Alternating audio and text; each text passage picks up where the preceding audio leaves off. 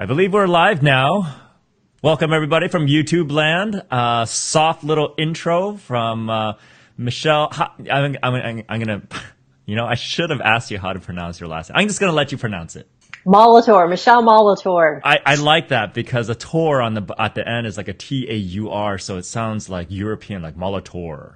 Well, it's actually French, so in French it's Molitor. Molitor. So it's much easier to say with my French accent than in American, but very cool. We got to find out what that's all about. So, okay, hang tight because we're going to fire up the Spreaker studio so that way those who aren't on YouTube with us can actually listen in as well. And they can also hear the intro music, right? All right.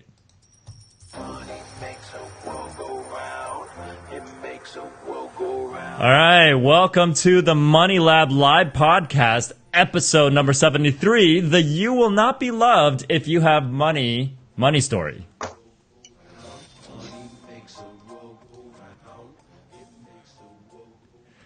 All right, welcome back to another live broadcast of the Money Lab Podcast from the Six Figure Academy. I am your host, Wei Hong from the Six Figure Academy. And this is the podcast where we give you tips, strategies, and interviews with other entrepreneurs on how to create that ultimate six-figure entrepreneurial lifestyle free of bad money stories, money anxiety, and stress so that you can monetize your dreams and execute your genius. Now, if you haven't already downloaded our free ebook From Money Anxiety to Six-Figure Mastery, make sure you go to go.thesixfigureacademy and get it there. It's the perfect complement to all the things we discuss on the show, and quite frankly, it could change your life. Now, if you are joining us live today and you are not on YouTube Live, watching us and enjoying our company with the lovely Michele, make sure you get on Spreaker.com and download the Spreaker app on your mobile device and search for the hashtag TheMoneyLab so that you can join us in the chat room and ask questions, interact with us and our guest, or even request a specific topic to discuss that will help support you in your quest for the ideal six-figure lifestyle. Now, while you're there, subscribe so that you don't miss an episode and you can watch us every week. Now, for all other ways to find us, go to the sixfigureacademy.com/radio for all the details. And if there's something you love about what you hear on this episode today, I can almost guarantee that you will, like we do every week as I get awesome guests, that you know could help someone you care about. Remember, sharing is caring. So share this show to that person. Now, I'm really excited about the guest we have today because not only because she has a very clear and very, not so unusual, but very relatable money story, she also brings a very a unique approach on how she helps people rewire, which is what I love because all we do is re-engineer here on the Six Figure Academy side, rewire their lifestyle, their mindset, and everything about them so that they can create more happiness, more success, all these things in their life as an entrepreneur or anything else. So very important for you to pay attention. So today we have Michele Molitor, and she will explain to us how to pronounce that in her French accent, which is beautiful. And she's an executive confidence coach and rapid rewire expert. And she's the CEO and founder of Nectar Consulting, Inc. And, Michele works with executives and entrepreneurs with over 25 years of experience, has intuitive insights, and brings strategic business savvy to your success. For those of you that are listening that are kind of interested in what she has to bring to the table, I'll let her explain a little bit more, but her and I got the chance to meet. Well, let me go ahead and say welcome to the show, Michele. Gosh, thanks, Wei. I'm so excited to be here and delighted to have a chat with you today and share some great ideas and insights for folks that hopefully will create some boom ahas for them too, so that they can get out of their own way. Yeah, totally. I mean, it's all about getting out of your own way. And I think that's the biggest thing that most people don't realize. The reason why we have problems in our life is because we get in our own way, right? Lord of mercy. Yeah, I love the fact that we're both on a show because you and I can actually promote the same thing, right? I mean, you and I were both the co-authors of a recent book called Breakthrough Healing, right? Yes. And let's talk a little bit first about what your contribution was to that book, because everybody knows about what I talk about, but let's talk about what you brought to the table when it came to Breakthrough Healing and how what you do heals people. Sure. So I've been an executive coach for nearly 17 years now. Wow.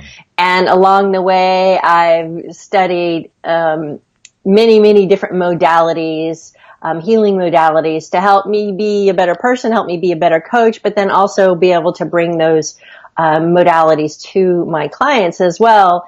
And along my path, I discovered the really powerful work of Marissa Peer. She's a world-renowned hypnotherapist, and her work changed my life, helped me uncover my money conversation that I've been having for so many years.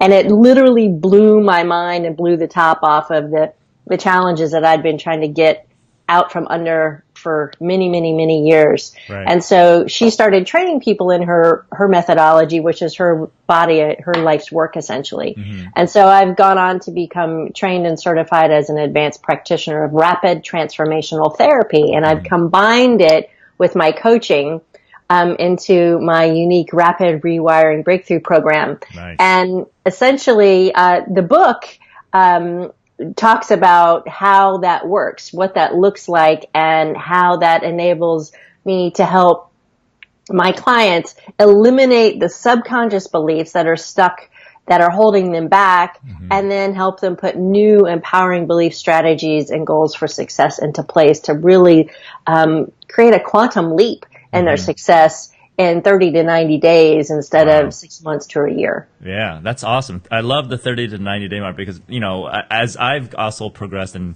developed my my craft, if you will, I had reduced the amount of time that I actually spend with people because we've become more and more precise in the work that we do. And I love what you said. You started off saying because most coaches, I mean, not saying I don't want to vilify anybody, but a lot of people out there who do the work that we do, they don't start off saying they learned all this work to work on themselves first, how to make themselves better. It's usually like, this is what I do I learned all this so I can help more people. And they left out the part that they probably done, but just forgot to mention that, they applied the same principles to themselves too, to hold themselves accountable so that they can show up in the fullest and best way for their clients. So I love how you led with that. Absolutely, because, you know, I was just having a conversation yesterday about this. As a coach, we can only take our clients as high as we've gone low with ourselves. So the deeper you go into your own pain, your own suffering, your own junk in your trunk, as I like to call it, because I'm from the South, is more junk in the trunk you get out, the higher you can go, and then the higher you can elevate your clients. Right. So it's a constant learning. It's a constant, unlayering of the protective mechanisms that we've created for ourselves unconsciously over the years. Yeah, and I love this conversation because for a long time I was all about the unconscious. I mean, ever since in junior high when I got assigned the report to do it on mesmerism and hypnosis, I found out that's when I learned for the very first time the power of the unconscious, of what it was actually responsible for in all of our lives. I mean, it gave me that license to say, I can fix myself somehow. Yes. So it was super, super cool. So speaking of what, Marissa Peer and what she was able to help you do, let's talk a little bit about what she helped you uncover when it came to your money story, because this is the Money Lab. And so we kind of have to, mention a little bit something about money, right? So what was the money story that you ended up coming up with? I mean, the title of today's episode is it's a long one, actually. What was it called? You won't have love if you have too much money. Right, exactly. Yes. So I grew up in an abnormally normal family. My parents are coming abnormally normal. What do you mean abnormally normal? My parents have been married for coming up on their 60th wedding anniversary. Wow. In a few months. Congrats to them. I know. They're amazing. And they're business partners as well. Wow. So they're business partners, entrepreneurs, and married high school sweethearts. So yeah, they have I would love to actually have them on the show. Would they be willing to be? They might. Yeah. They might. I'll ask them. Yeah, because there's a book that I want to write called Married to Each Other, and Married to the Business, or something about being married to each other as well as the business, right? So yeah, they're both 80 years old and very spry and with it, and play golf a couple times a week. And I love it. My dad just won the croquet championship. He's very excited. Well, if he goes on the show, I'm going to make sure he brings his trophy or whatever he won there, so we can talk about that. Absolutely. So I grew up in a loving family. I have an older brother and sister. We're all good people. Nobody was into drugs or alcohol or, nobody went off the rails or anything. Right. I wasn't never deprived of anything. If anything, I'm the youngest, so my brother and sister are 4 and 5 years older than me. Uh-huh. And as my parents' businesses grew, their affluence expanded, right? Uh-huh. And so the things that my sister got, who's the oldest, when she was, say, 12, I got when I was 10, or when she was 16, I got when I was 12, or whatever that was. And it created a jealousy. And so, I've come to learn my mother's love language is, gifts. So she would take me shopping with her on Saturday mornings. That's the thing that we did. We'd go shopping, we'd run errands, and inevitably she'd buy me something, right? A little something, didn't, whatever it was. And my sister, I just remember her always being jealous, right? And so, I would be excited because I got this new thing, right? And then, she'd look down her nose at me and poo-poo it or whatever. Right. And so it kind of like, it kind of burst my bubble. Okay. Repeatedly burst my bubble. Yeah. And so the thing that was so revolutionary for me that I finally uncovered through my work with Marissa Peer was that, in my subconscious young child brain, I had decided that love equals gifts, right? So if someone loves you, they give you gifts, i.e. money, or in whatever form that is. Right. But then I also quickly learned, well, if you have too many gifts, you have too much money, then people will be jealous. They will be envious. They will take away their love. And they'll push you away. Wow. Right? So growing up, I don't have a lot of memories of me playing with my brother and sister. They are always like, oh, you're the baby sister. We don't want to have much to do with you. We're going to go do our own thing. So I felt, oftentimes very alone, even in my own family. Okay. And that created its own sadness. Right. But again, it was all kind of an unconsciousness that I didn't know. And so there were certain occasions, where, I would get, like my sister got a new car as her graduation present from college. Okay. Nice. Wonderful, delightful. I got the same new car gift when I turned 19. So I was in college, but hadn't graduated from college yet. And it created I remember, I'll never forget, because my brother and sister both worked for my parents in the family business. And I drove my new car to the office. Right. And my sister came out and looked at it, and she just turned around and walked back in. Wow. And she didn't say anything. She wasn't excited. And I was like, again, Boom. like burst my bubble, because as kids, all we want is, we want to be loved. We want to be, we want acceptance, from our family, from our siblings. And I thought the world of my older brother and sister, and it was just me trying to please them, to win over their love. And I always felt like there was this, nope, I don't want to have anything to do with you. Nope. Right. And so it created that collapsing of love equals money equals shame, because I always got shamed for the things that I received. Right. I found out only after I graduated from college that my brother and sister both referred to me as the princess.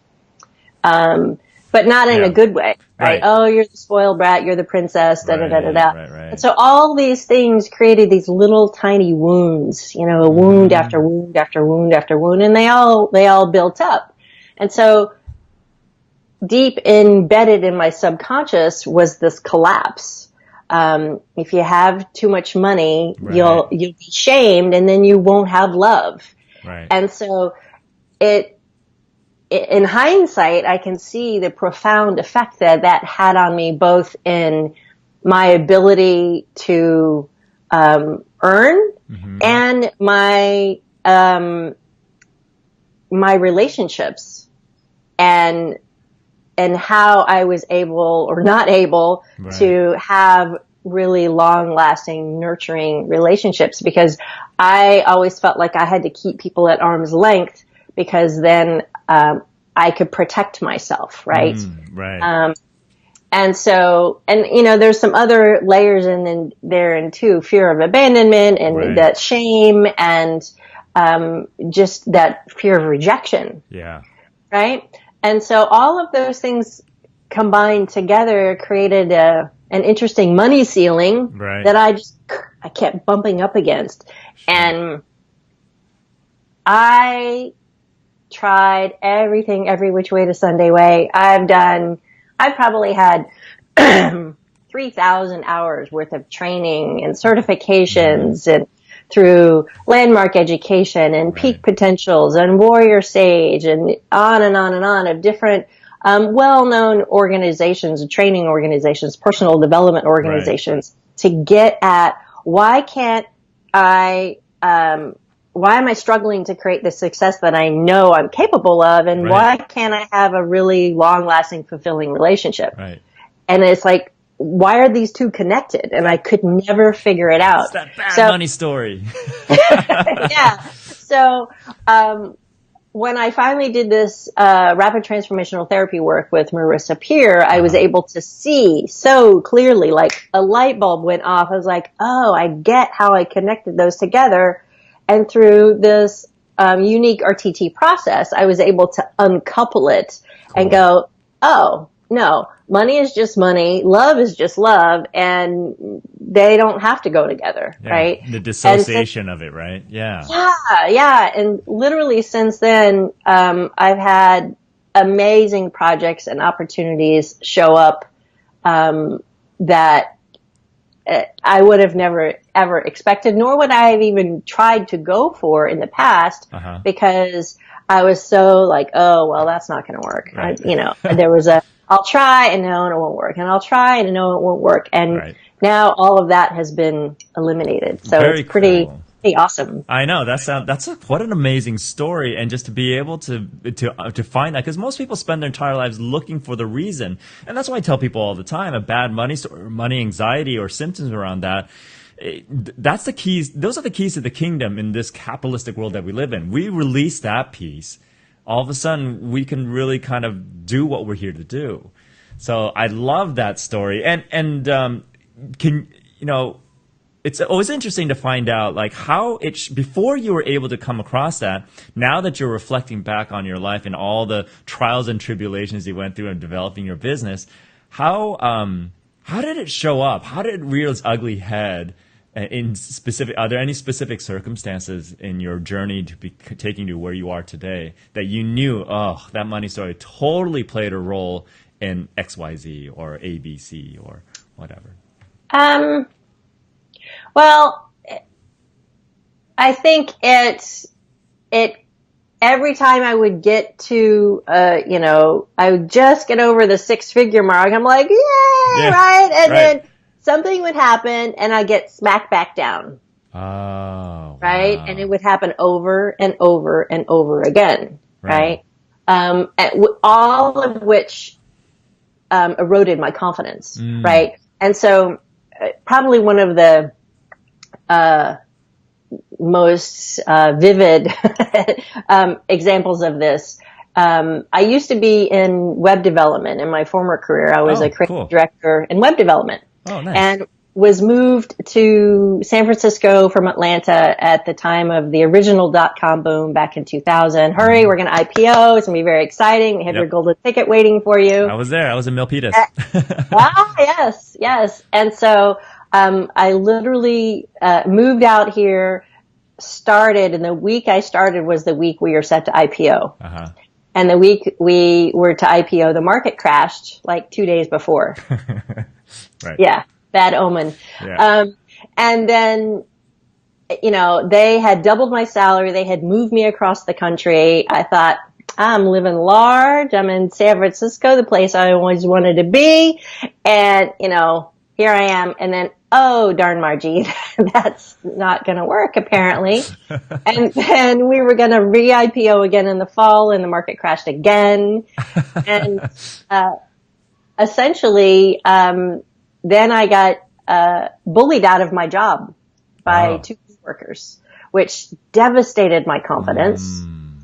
And how does that happen in the corporate world? I mean, being bullied out of a job. I mean, there were two guys that I hired as art directors, and they clearly didn't like working for a woman, and literally made it their mission to undermine me and discount me in front of clients and a lot of different ways. And, now I just send them blessings and love and hope they found whatever they were looking for. But I would have fired them. Well, I literally had one person get up in my face and tell me, I can't work for someone who's not smarter than me. I was like, wow, that's an interesting thing. And so today I would have been like, well, get the hell out, right? Yeah. And that's an interesting thing too. I mean, I prefer to surround myself with people that I like being the dumbest person in the room as a leader anyway. Yeah, there's always more to learn. Yeah, exactly. Always more to learn. Unfortunately, back then I didn't have the chutzpah that I have now, because I would have had those words for it. It's like, good, then go find something smarter then. And you'll always exactly. But inevitably, I ended up getting laid off, and I was crushed. I was devastated. My confidence was shattered, and I was completely rudderless. I didn't know what to do, and so it was. From a money conversation, it was a great example of, oh, wow. Here we go again. Here we go again. And I was way up and then way down. Right. I mean, it was like, wow. But the flip side is it was a blessing in disguise, because it had me discover coaching to help me figure out what the heck to do next. My uncle was like, hey, why don't you get a career coach? I'm like, a what? A what? This is back when coaching was still in its infancy. Right.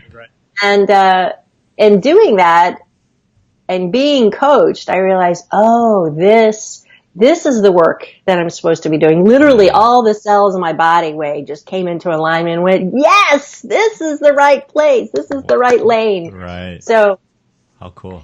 It was a huge blessing. And so I went on to get trained and certified through the Coaches Training Institute, and up and down and around, back and forth again. And I've been doing it ever since, and nice. Started my own company, and have had that for 17 years now.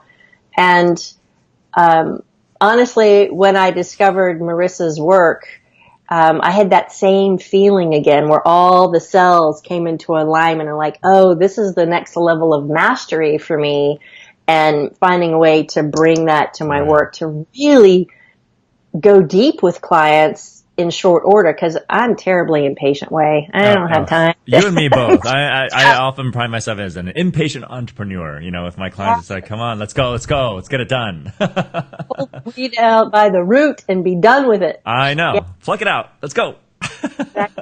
Exactly. Yeah. So that's what's gotten me here today. And, it's been full of its own roller coasters, of course, like very good entrepreneurial experiences, but I wouldn't trade it. I know. I tell people all the time, people who are true entrepreneurs are crazy by nature. I mean, basically, nobody in their right mind would choose to be an entrepreneur, because of, the level of commitment and the ride that you basically put yourself on. But if you have that higher commitment, to what you're actually here to do, then entrepreneurship is definitely the way to go and the way to make that happen in the best way. So, yeah. Tenacity is key. Right. Totally. And in tenacity looks different for everybody too. So, I mean, a lot of people, when I say tenacity, it's like, no, I can't do it like that. It's like, well, who are you comparing yourself to, right? Because everybody's a little bit different. There are people who are tenacious behind the scenes. There are people who are tenacious on the stage. And there are people who are tenacious on podcasts. No, I'm kidding. or in books or whatever the case may be. It's different for everybody, but I love that you said that, because that's really what it comes down to. And if whoever is listening to this right now and you hear what Michelle just said, that tenacity has to be defined uniquely by you. It's not what someone else defines, just like success, or money or any of those things. So now that you've released that, okay, and let's talk a little bit about what you do now that you've kind of unleashed the anchors for everything that's been holding you back. What have you now been able to do, not just from a monetary standpoint, but I think a lot of time what we see is when people release themselves from that bad money story, they're actually able to show up even more fully for their clients and more fully to the world in what it is that they do. So yes, absolutely. Well, I think the key thing that it helped release, is it got rid of my imposter syndrome. Yes. Right? Very popular theme song. Oh my God, who am I? Let me coach you on growing your business, but my business is in the toilet, right? Or what it was. And I've seen this time and time and time again. I work with hundreds and hundreds of people from all around the world, and men, women who are very successful, but yet they still feel like an imposter. Like, who am I? Why are they listening to me? What do I know? Why do they think I'm so smart? Right. Well, because you are that smart and you are that unique and you're the only one of you ever. And so our job, is just to remind people of that. I always tell folks that I see your brilliance. I see your light. I see all of your capabilities. And my job is just to be a mirror and reflect it back to you. So you can be like, oh, I get it. Yeah. And then show you where to go. Go that way. Go that way. Exactly. So my work these days has really transformed since I've brought in the rapid transformational therapy and integrated it in with my coaching. Yeah. So I start, say on a 30-day breakthrough session or package with someone, I start with a 2-hour hypnotherapy session, and we get at the root cause of whatever it is that they're bringing to me, the thing that they really, really want to move. And then I follow that up with 3 coaching sessions. So each week we have a session, and the coaching sessions are there to help people unpack the different emotions and ideas and whatever that starts to bubble up. Everybody's different. Right. And then put new goals and strategies into place that are aligned with their core values, that are aligned with their genius zone, so that they can work smarter, not harder, and actually get to do what they love and love what they do. Because that's really the name of the game, right? Yeah, no, totally. And that's so cool that you spread that out over the course of. I used to do these full day breakthrough session. Was like 6, 8, 10 hours depending on it, and just like get it all done because I'm impatient. I don't want to spread it out. Let's just get it out all the way, in one day, okay, maybe we'll have a follow up, but when you started to step into and integrate all this, because Marissa Peer helped you so much in terms of shifting your world,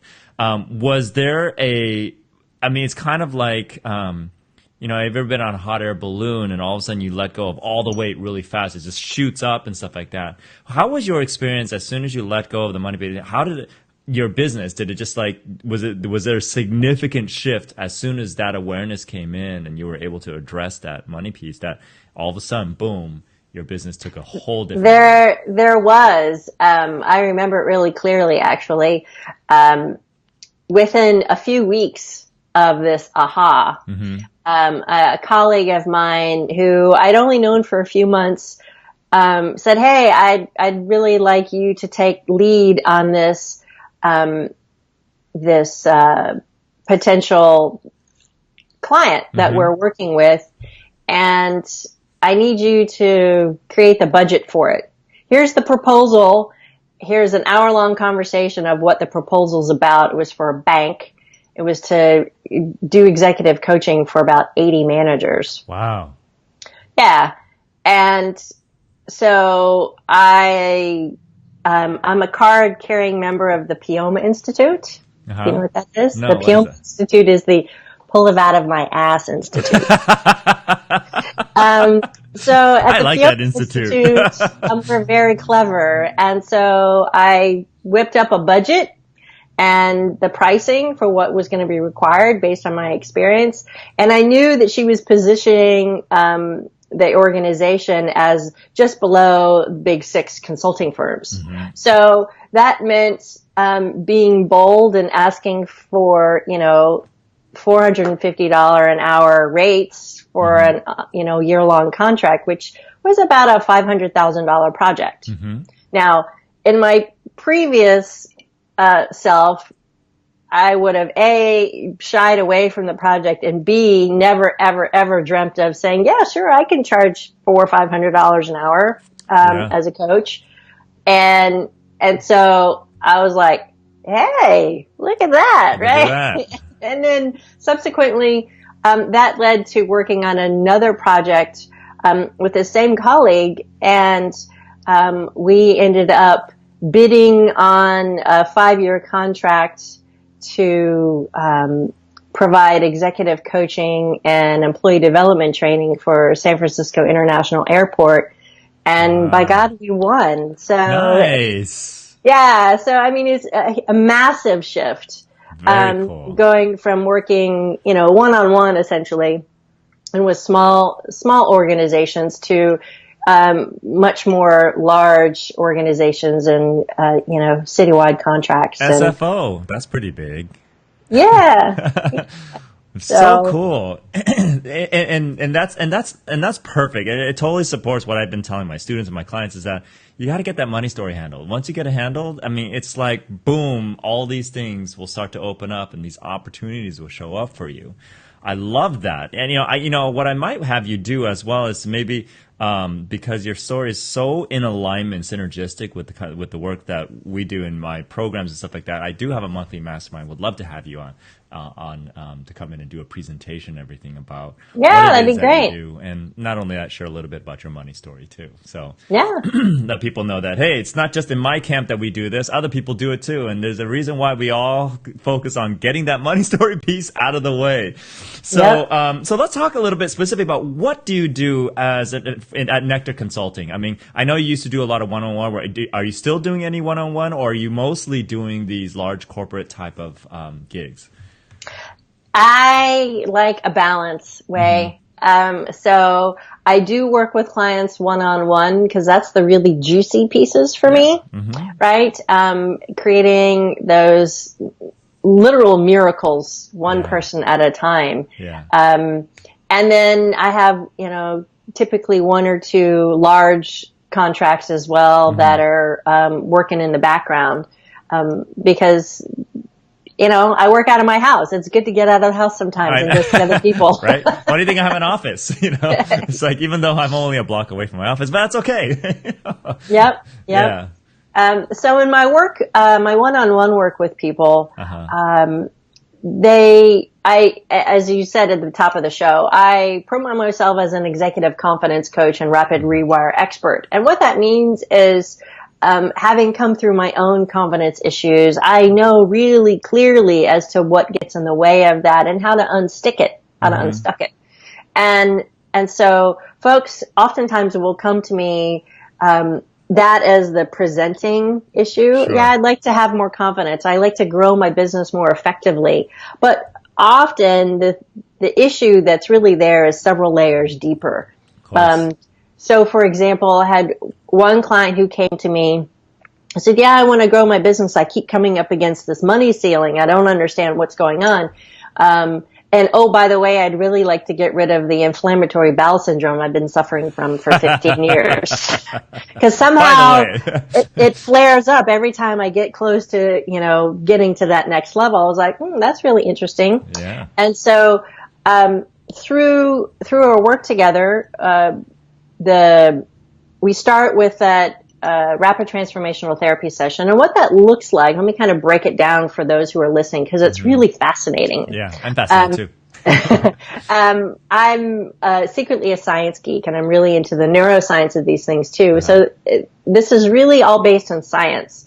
It's not woo-woo at all. It's just science, right? So we start with doing a client intake, what's going on, what's challenging you, where are you feeling you're getting stuck, and what are some of the other areas that you're feeling challenged in? What is that? Confidence? Is it self-esteem? Is it focus? Is it motivation? Is it depression, anxiety, sleeplessness, relationships, alcoholism, addiction? You know, the list goes on and on. And so I take a lot of copious notes. And then in the second piece, so there's three parts. There's discover, rewire, transform. So discover, we talk and we figure out some of the top line issues. And the rewiring portion, that's when I drop someone down into a very relaxed state of hypnosis. And I do all my work virtually, just like this, right? Nice. Over Zoom. And so people they're conscious, they're awake, but their critical thinking mind essentially takes a nap, right? So I get to have a conversation with their subconscious mind and ask, what's at the root cause, the reason for this issue? Why was this client feeling blocked? Why was she not being able to achieve the success that she wanted? And what we find, what your subconscious bubbles up are memories, because your subconscious remembers everything. Right. So it draws to the surface all the information we need to know to understand what was going on and why it was creating these other expressions of this fear. Because essentially there's a part of your brain called the amygdala. And your amygdala is part of creates your fight or flight mechanism, right? Yeah. I like to call her Amy the amygdala. And Amy just wants to keep you safe. That is her sole purpose in life, is to protect you so you live to see another day. But somewhere along your path, if Amy decides something is detrimental to your survival, she'll be like, oh, no, we're not going there. We're not going to do that, right? And she'll throw up barriers to prevent you from moving in that direction. And so in this client's case, it was IBS, right? Oh, you're getting a little too close. That's too scary. Here, let me take you out of the game with some digestive upset for days, weeks, months. Right? Yeah. And so we get at the root cause of what's creating that upset, and then we rewire it. Like, okay, so now as a conscious adult, I can see I made that decision point when I was 3 or 5 or 10. Right. I'm not that helpless little child anymore. Yep. And so we literally rewrite it, re-script it, re-envision it, overriding the old pattern. Right.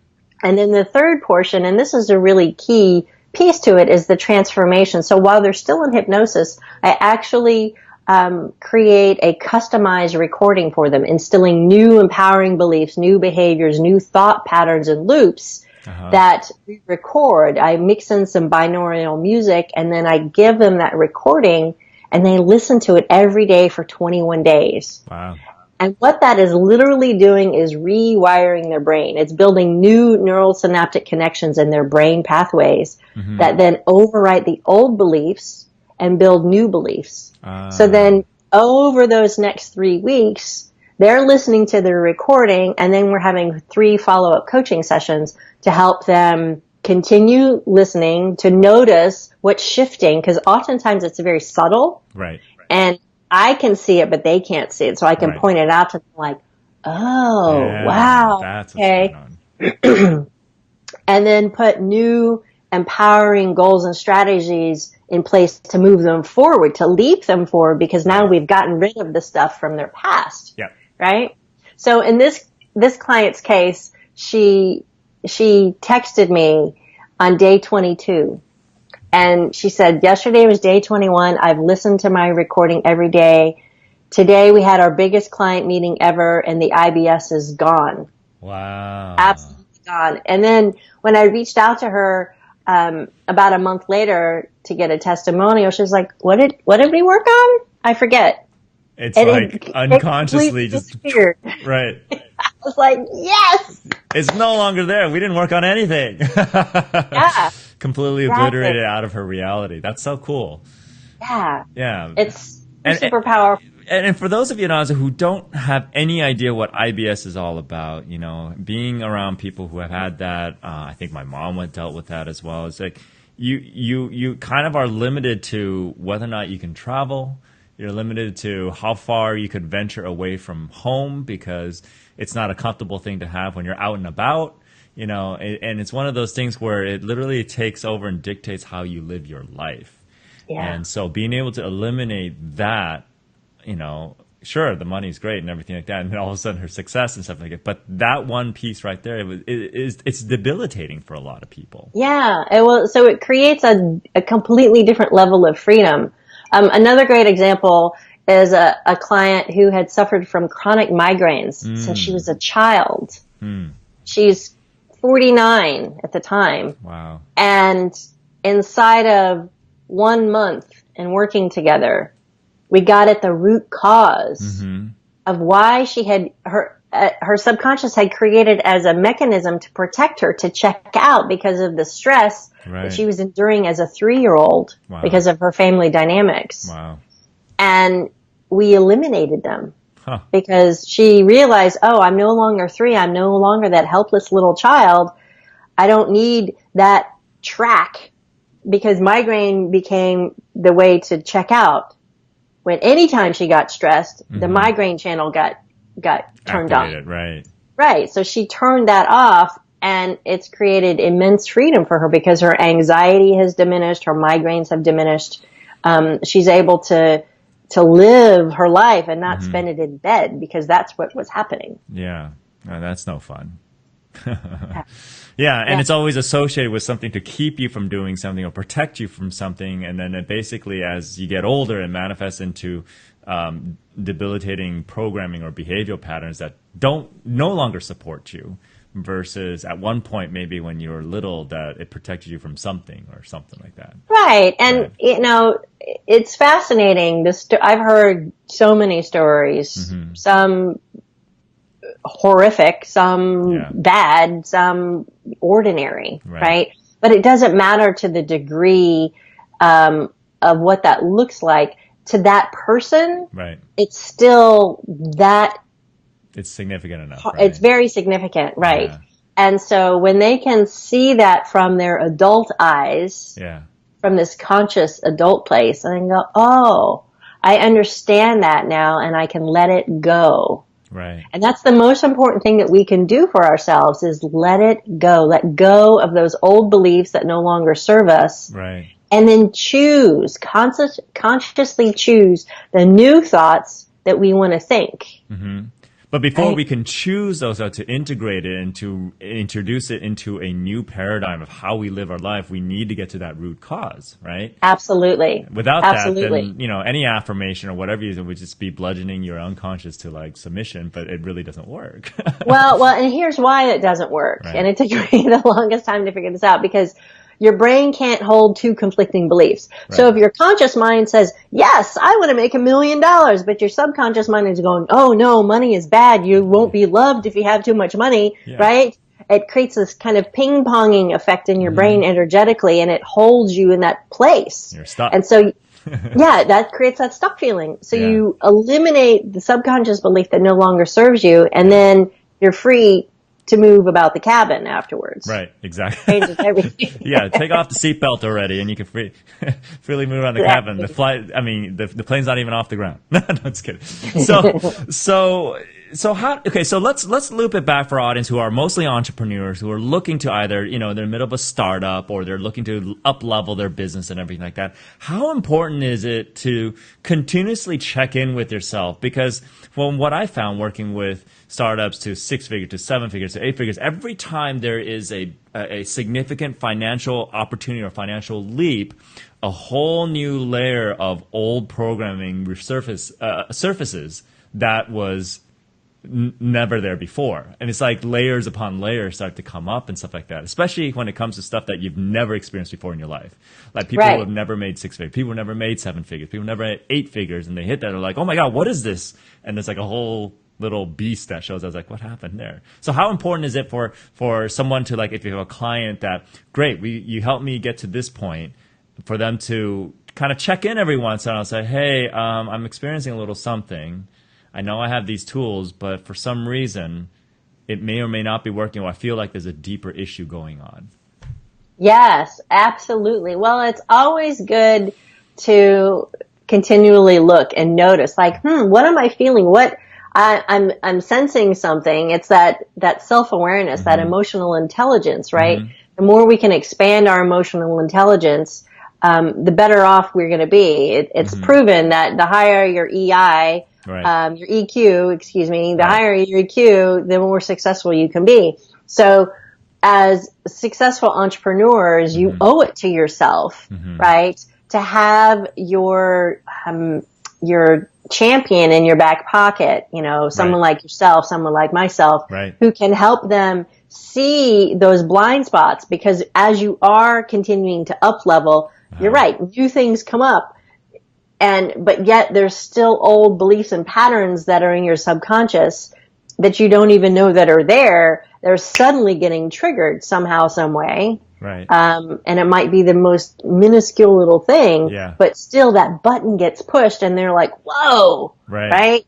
And then Amy gets all up in arms like, whoa, no, Shut it don't, down. Shut it shut down. exactly. Warning, Will Robinson, warning.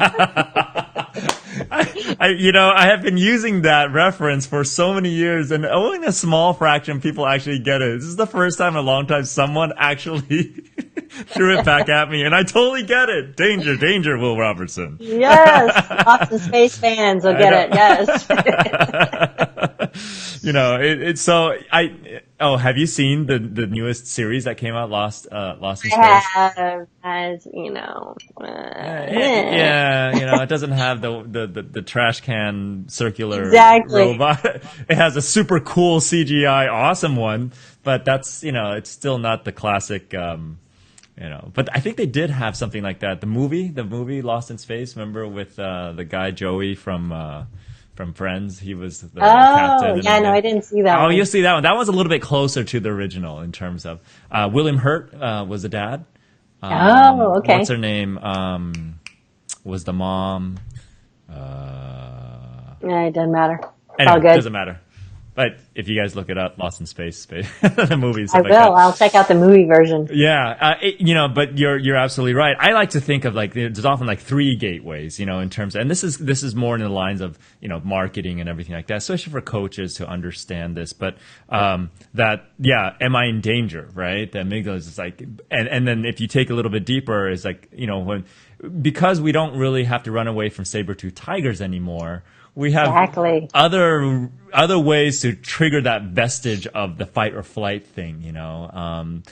They found also when you're bored versus you're intrigued, that also sometimes sort of activates it. If it's too complicated or versus being simple, the unconscious mind likes simple paths. If it's unconscious, if it's too complicated, Exactly. it shuts down as well. So there's those layers as well. But the very first Amy, if you will, is that one. It's like, oh my God, I'm in danger. I might die, whatever. Yes. Even though it's not reality, inside it is on some level. Right. And perception is reality, right? Right. Your brain doesn't know what you're visualizing in your mind is different than the reality that you're seeing out there. Mm-hmm. So if in your mind, all the warning bells are going off, then that can become reality. And so the more you think a thought, the more real it becomes for you. Yeah. So that can work for you and against you, right? So if you're Mm-hmm. thinking, oh, I'm not good enough, I can't do this, I'm going to fail, I'm not good enough, then that will become your reality. Mm-hmm. But if you flip it on its head and like, I am good enough, I am capable enough, I can do this, I'm confident, and rinse, repeat, literally keep telling yourself that. Fake it till you make it, people. Let me tell you, it works like a charm. Mm-hmm. Because as you say those things to yourself over and over and over again, Mm-hmm. you're building those new neural pathways, and then eventually that pathway becomes the stronger version. Right. And when you come up against that same trigger, your brain's like, oh no, we got this. What are you worried about? Yeah. Right? Yeah, exactly. It's funny. I discovered this several years ago. I'd be sitting and working on something, and I literally would start to get kind of uncomfortable in my seat, right? And then the top of my head starts to itch. Uh-huh. And I'm like, oh, what? And the old me would be like, oh, I get up and go make a cup of tea or go eat something or go, look, I can do the laundry, right? Whatever it was to distract me. And it dawned on me one day, oh, that's me stretching outside of my comfort zone. Uncomfortable happens. Keep going. Yeah. Like, oh, so I plant myself. I'm like, okay, I'm like, Finding oh, look at comfort in that. discomfort, right? Yeah, Yes, that's exactly. super, super cool. And so, yeah, I mean, it's no mystery as to why some of the most successful C-suite executives all have their own go-to personal coach, Yes. executive coach. You know, they may or may not broadcast it because it's still, there's some circles that say, why do you need a coach? Is there something wrong with you? I know my parents think that. But anyway, it's like, what's wrong with you? Why are you a coach? Is there something wrong with you? It's like, they don't understand. It was not even an option in terms of a job or a role or something like that. But yeah, I mean, it was interesting when I was pitching a wellness program over and visiting some friends over in Google and stuff like that to find out all the top executives each had their own coach. You know, the ones that were doing really well and had been there for a while, they recognized the importance of having that coach. And I will never be without a coach ever for the rest of my life, just because I'm impatient. I don't like taking things slow. Coaches help me get to where I want to go faster. I mean, it just is. Yep. It helps you leapfrog yourself multiple times, right? Yeah. Because we can't see the thing that's on the end of our nose, Nope. right? Like, you know, you can go cross-eyed trying to do that. Yeah. I always tell people like, yeah, I'm the one who's going to tell you got something stuck in your teeth, right? Like, Because you can't see really? it yourself, right? You're not going to think about pulling up know. a mirror. I mean, you could Well, pull up a mirror, but will you think about it at the time, at that moment where it needs to happen? right. You know, as coaches, we're truth tellers. If you're a powerful coach, you take a stand for your client and you're willing to tell them the hard things that they need to see and hear that they can't see for themselves. But in the name of them expanding into their own greatness and their Right. success in service of their passion, their purpose, their mission in the Right. world. And that's what I love so much about the work that I get to do, because I really I see that in people. I'm super intuitive. And so I Yeah. can see far beyond what they can see for themselves so many times. Right. I'm like, no, really, this is possible for you. Right. You just have to move past this edge of your comfort zone a little bit further and you'll see it too. And they're like, oh, and so, you know, they'll come back to me later and go, you were right. I'm like, it's not about being right, but that's nice. You know, I'm it's glad kind you of. figured it out. I often use the metaphor of Sherpas, you know, because it's so funny. People don't realize that Sherpas go up and down Everest all the time. They do it like it's a daily walk and a hike. For them, it's nothing. You know, and then they got these people that they're helping for the very first time, and there's like, we're going to go check out what's in front really quick. We'll be right back. They go all the way to like, you know, almost to the top of Everest. It's like, okay, everything's okay. You guys can go. And they come back down. It's like, oh, we need a few things. Okay, I'll go back down the mountain and I'll go to base camp and I'll bring some more stuff back for you because we're missing it. And they're just running back and forth all day long. Meanwhile, these people are like, I am hiking up to Mount Everest. Yeah. And these Sherpas are like, they're just going up and down. And I think as coaches, that's kind of what we do for our clients, is that we're going to ahead to see, you know, kind of like what's to come and say, hey, we can do that. You can do that. Let me show you how to get there. Let me walk it real quick for you, and they'll show you, and I'll, you know, and that kind of Yeah, thing. and here's a few shortcuts along the way so you don't have to beat your head against the wall like you've been doing. Stop it. And don't fall off that cliff, because that's no fun. Right. Been there, done that. Cliff falling is not good. So I love this, you know, because again, you know, for those who don't know, it seems like we've known each other for a while, and we kind of do peripherally because we're in the same book. But this is actually the first time you and I actually got to connect, and I actually love these conversations because a lot of what you're saying is a lot of what I'm saying every single day with my clients. And so there's a lot of synergy and stuff. I'm looking forward to what will unfold down the road as we continue to stay connected. Absolutely. Now, here's the thing. I'm, you know, like with everything else in this world, there are people that resonate with me. There are people that don't resonate with me. And so there are definitely people that I as time goes on, because once this is recorded, it's going to be on iTunes. And it's just for those of you who've been following us, get excited. We are now on Spotify, which makes it so easy for people to stay with us. So I think by the end of the day or tomorrow, this episode will be on Spotify as well. So people will be listening, and people will resonate with what it is that you're saying, like the way you sound, like the way you present yourself, and would love to connect with you. So if people that hear you and love what you do, especially being, you know, a product or a trained result, a success result of Marissa Peer and everything else that you do, blending it all together, rapid rewiring, how do they reach out to connect with you? How do they get to know you? And if there's anything that you can give them, so that give them a taste of what it is you're all about. Absolutely, absolutely. So first and foremost, you can find me on my website, nectarconsulting.com, Nectar consulting.com. Okay, and type this in. And you can find me on social media, Facebook, Instagram, LinkedIn, Twitter. You know, I've got all my bases covered. Okay. I'd love to connect with basically. you. I'm not hard to find.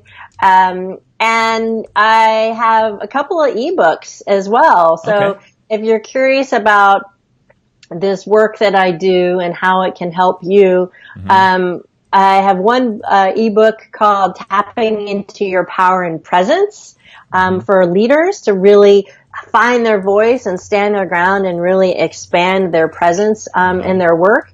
And you can find that on my website under the Brain Candy section. Oh, okay. Is it nectarconsulting.com Brain Candy or? Yes.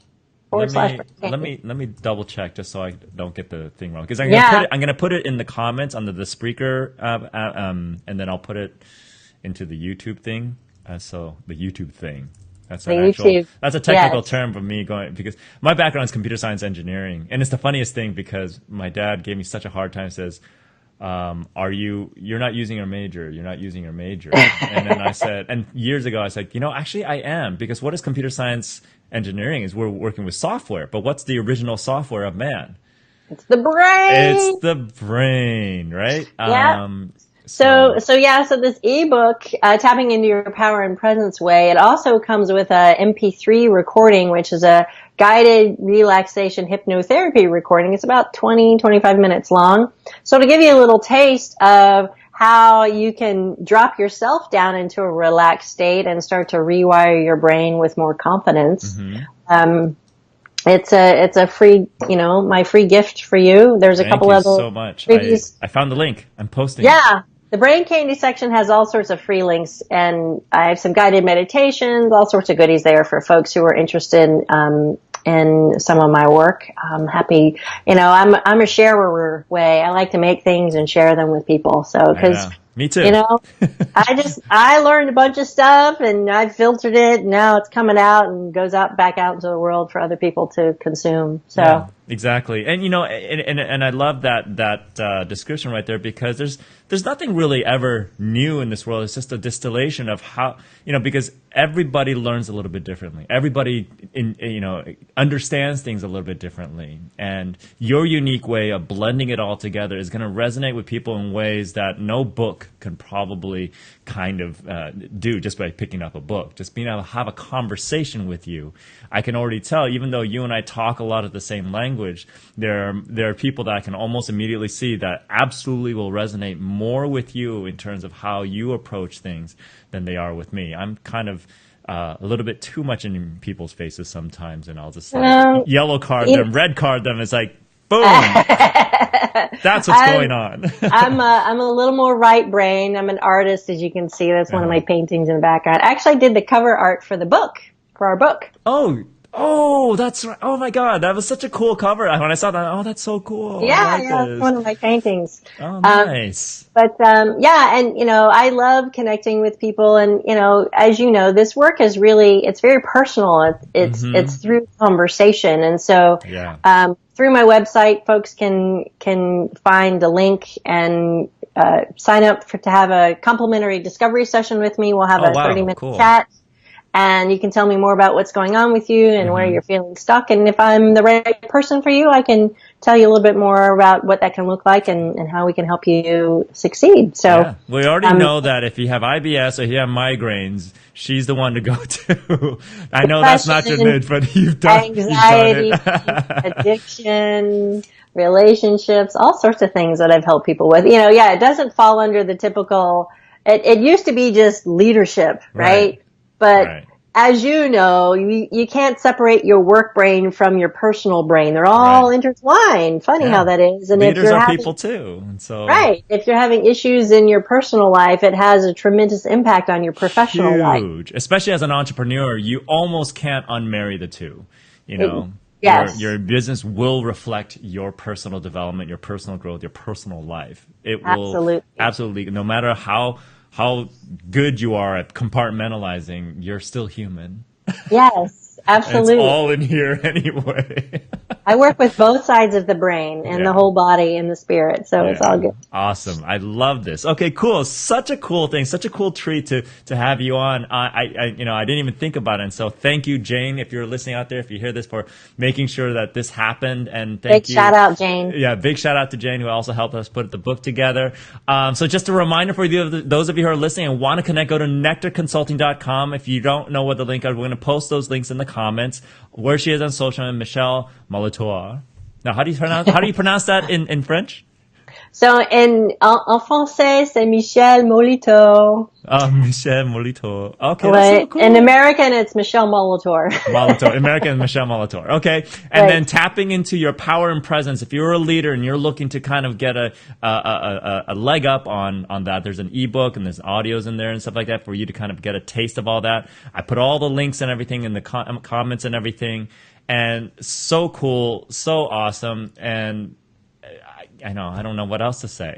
This is Well, good. it's been such a delight to be here, Wei. Thank you so much. I love your energy and the good works that you're doing in the world. And yeah, we have a lot in common, and we could talk over coffee all day long. All day long, talk over coffee. And then what we'll do is we'll run, maybe one of these days, I've been itching to do a NorCal event. So maybe we'll share a stage and just talk about something. That'd be fantastic. It'd be so fun. Bring our books there and everything like that, and just have a day of it, because there's a lot of opportunities up there as well. I haven't been up there in a long time. I haven't spoken up there in a long time, so we should do something. Absolutely. Come on down. All right. I'll visit my parents, and then I'll make sure that we'll have lunch and talk about possibilities.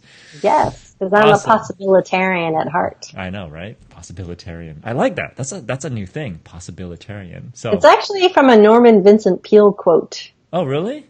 Yes, it goes something like this. See the possibilities. Always see them, for they are always there, no matter how dark. See the possibilities, no matter how dark things seem or actually are. See the possibilities, for they are always there.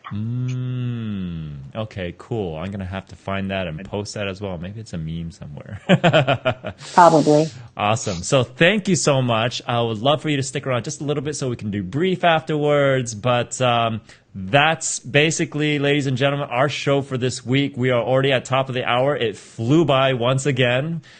Because, I only bring awesome guests on the show. Again, if you found this episode to be valuable and you know of someone else that could benefit, not just from IBS or migraines or depression or anxiety, but just leadership challenges, executive work, all that stuff, from what we talked about today, share it, because this could potentially change their life. Review us on iTunes, Spreaker, Spotify, follow us there, and like the episode on YouTube Live. And did you know we even actually have a Facebook group called The Money Lab? So join us there to dive even deeper into bad money story elimination strategies and anything else that we want to talk about.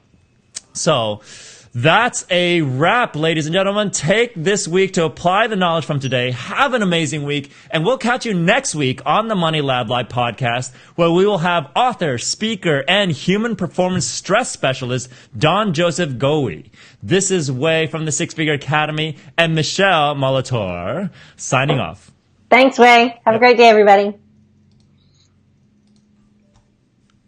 All right, YouTube land, we are signing off as well. We'll see you. Thanks for joining us. Say bye, Michele. Bye, everybody. Have a great day.